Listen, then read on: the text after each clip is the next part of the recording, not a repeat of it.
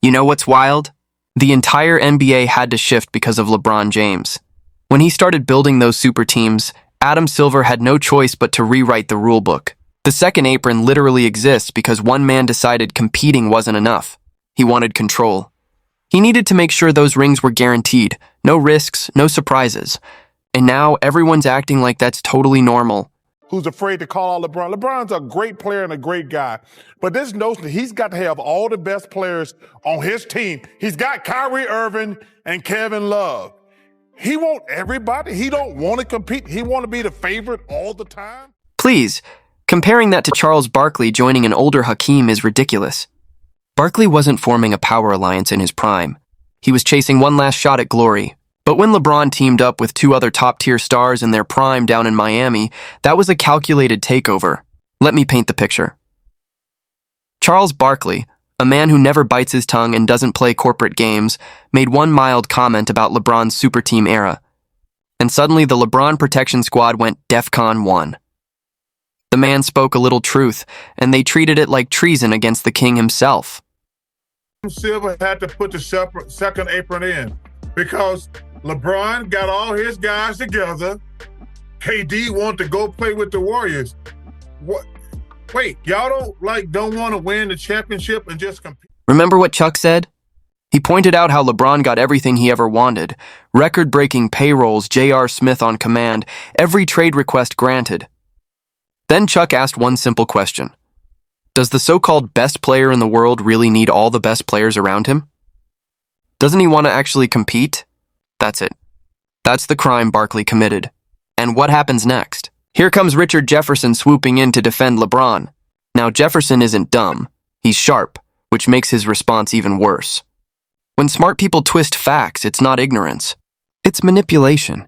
Are we really pretending that being drafted to a team is the same as scheming your own dream roster behind closed doors? Stop it. Let's clear this up once and for all. Charles Barkley in 1984 was a rookie. He didn't choose Philly. Philly chose him. Meanwhile, LeBron in 2010 went on national TV for a full hour during the decision just to tell the world he was leaving Cleveland to team up with two other top 15 players. That wasn't destiny. That was strategy. And wait until you hear this. Dr. J in 1985 was 35 years old. That's not primetime Dr. J with the flying afro dunking from the free throw line. That's veteran Dr. J, still skilled but clearly past his peak. Give you no sympathy when you are LeBron James, the best player in the world, with all of those tools, top-heavy tools. We cannot have any sympathy. That's my understanding. Moses Malone was 30 years old, already past his MVP dominance from 1983. Compare that to Dwyane Wade, 28 years old and fresh off an MVP caliber season. How is that even in the same universe? But Jefferson wasn't done lying. He dragged in the 1997 Rockets as if they were some kind of powerhouse in their prime. Let's talk facts, not fan fiction. When Barkley joined Houston in 1996, sure, Hakeem Olajuwon was still solid. But by the time Pippen arrived in 1999, Hakeem was 36, Barkley was 35, and Pippen was 33 with a... Just won the championship. He got a young Kyrie Irving and a terrific Kevin Love. And yeah, but it takes more than that to win the championship. They just won the championship. What do you mean? That man had just undergone surgery and missed nearly half the season. You know what the average age of that so-called super team was? 35. Now, do you know what the average age of LeBron's Heat squad was? 26. That's not experience. That's domination in their prime. And then Jefferson really lost it. He said, and I quote, Pippen was in year 11, so he was in his prime. Wrong. By 1999, Pippen was in year 12, averaging just 14.5 points, his lowest since 1989. The man was recovering from back surgery, dealing with knee and ankle pain, and was nowhere near peak form. That's your idea of prime? Be serious. Why can't these people just tell them everything he wanted? They have the highest payroll in NBA history. He wanted J.R. Smith last summer. They paid him. He wanted Shumpert last summer. They bought in Kyle Korver. He's the best player in the world. Does he want all the good players? Every time someone questions LeBron's narrative, the spin machine goes into overdrive. And just when you think Jefferson can't twist it any further, he drags in the 2004 Lakers. The audacity is unreal. Karl Malone was 40 years old. Let me say that again for everyone defending this nonsense. 40. The man was deep into his 19th season. coming off a year where he didn't even make the All-Star team for the first time since 1988. He averaged just 13.2 points with the Lakers, way down from his career average of 25. But Richard Jefferson conveniently calls him the second all-time leading scorer, as if that erases the fact that Father Time doesn't lose to anyone. Remember, Charles Barkley got drafted to a team with Moses Malone, maybe Dr. J, And Gary Payton? He was 35, and his own franchise in Seattle had already decided he was done. They shipped him out mid-season for Ray Allen because they thought he was past his prime.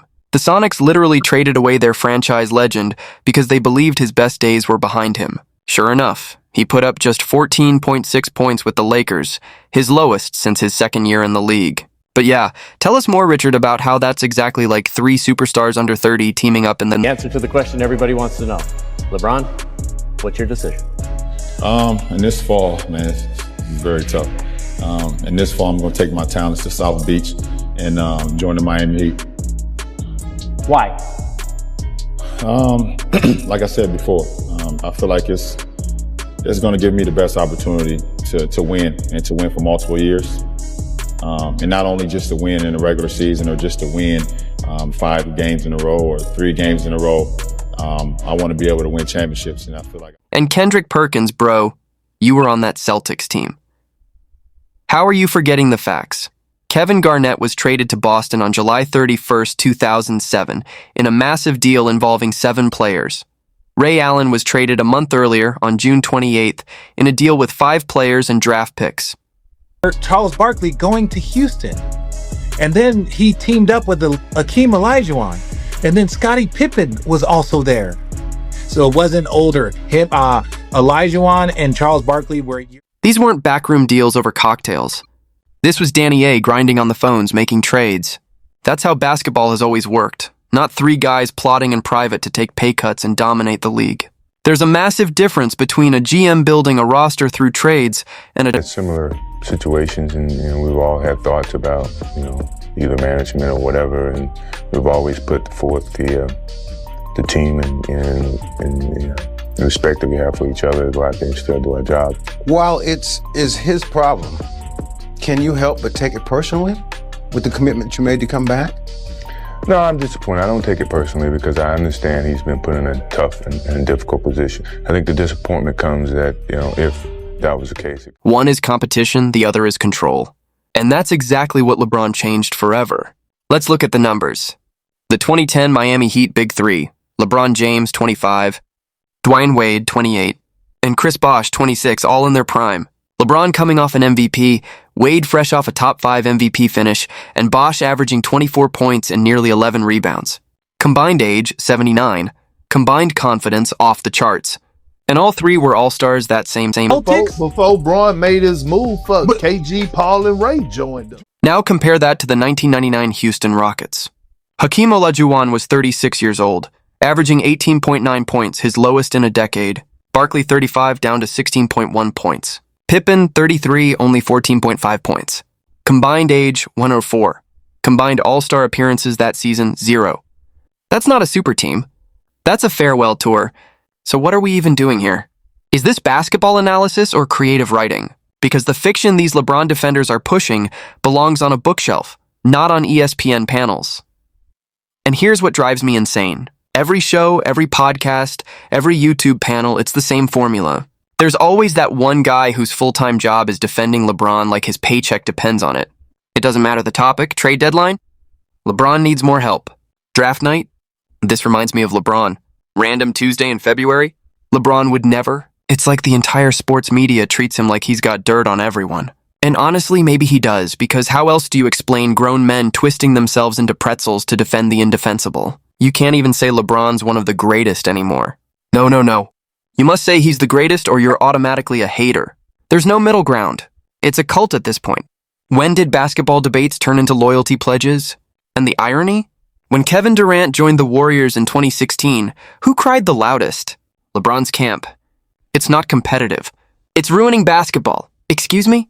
The same man who invented the modern super team complaining that someone else followed his playbook? That's like the guy who made the atom bomb being mad someone else built one too. You open that door, LeBron. You don't get to slam it shut now. At least the Warriors drafted Steph Curry, Klay Thompson, and Draymond Green. They built their foundation, then added KD on top of it. The Heat, on the other hand, manufactured the Big Three through private talks and orchestrated free agency collusion.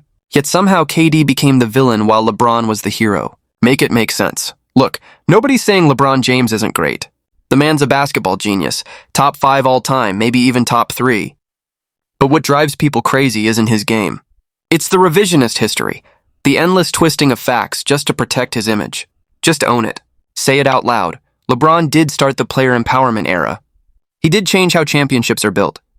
That's not hate. That's honesty. But don't insult our intelligence by acting like a 40-year-old Karl Malone is somehow equal to a 26-year-old Chris Bosh. Come on. Before LeBron's decision in 2010, the league had never seen 3 superstars in their prime conspiring to join forces like that. Never.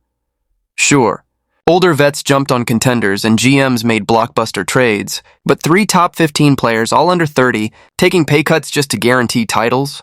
That was brand new. That move rewrote the entire rule book. And the proof? It's literally in the rules. Adam Silver and the league panicked so much that they changed everything.